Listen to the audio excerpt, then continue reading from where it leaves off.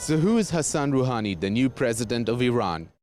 We know he's a cleric, a moderate, and a multilingual, speaking English, German, French, Russian, and Arabic.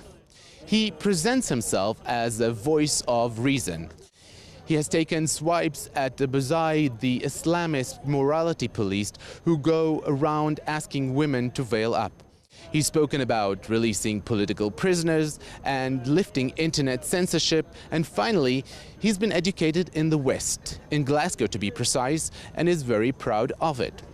Jane Wan has called upon some of our experts to share with us their thoughts of what is going to happen next in Iran and what they think of the new president-elect.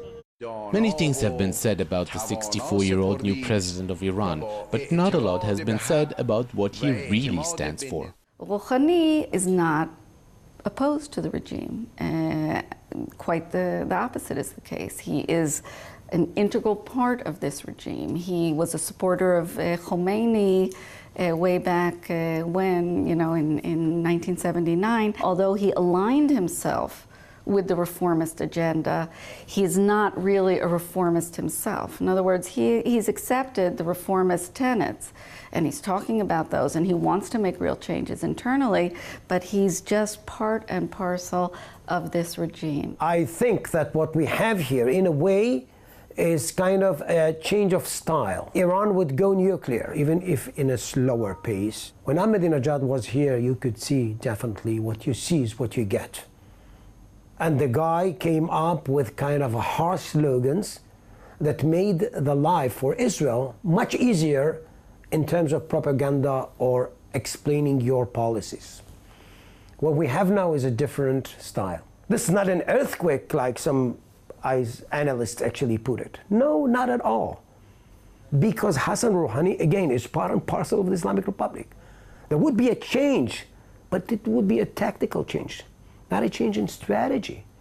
The nuclear issue is by far the most burning issue for the West. Could it be that Israel has lost the momentum to attack Iran by itself, with all the talk about it from Jerusalem? Israel could be left with kind of a situation where Iran is going nuclear. I think that we have lost the opportunity to attack Iran, militarily speaking. I don't think that Israel is going to do that by itself.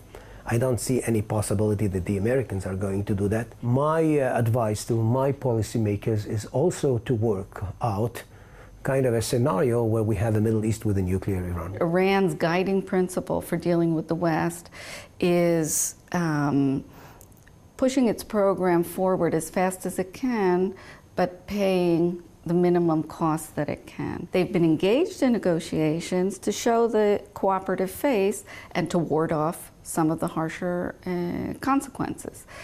So lower costs, but never at the price of not pushing forward their nuclear program.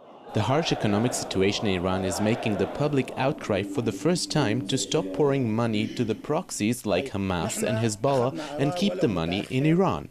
Like the nuclear issue, the survival of the Assad regime and of Hezbollah is the maximum priority. And we see it, they are giving a lot of money, military support, training, in spite of the Iranian people, which during the manifestation before the elections, they cried, we don't want Lebanon, we don't want Gaza. They ask themselves, what is the big thing with the Islamic Republic if it doesn't provide us with the basics every citizen gets in every other country? A lot of the experts thought that if real economic hardship came, the Iranian people would be blaming, the external powers for putting sanctions in place.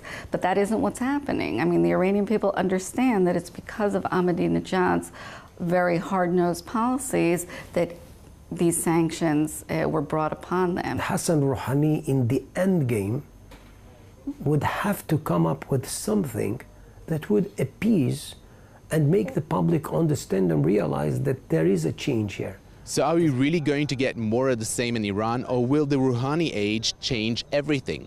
If we go with what our experts predict, change is going to be gradual and dependent on how fast the money is going to run out for the regime. For Jane Wan, I'm Ron Jacobson in Jerusalem.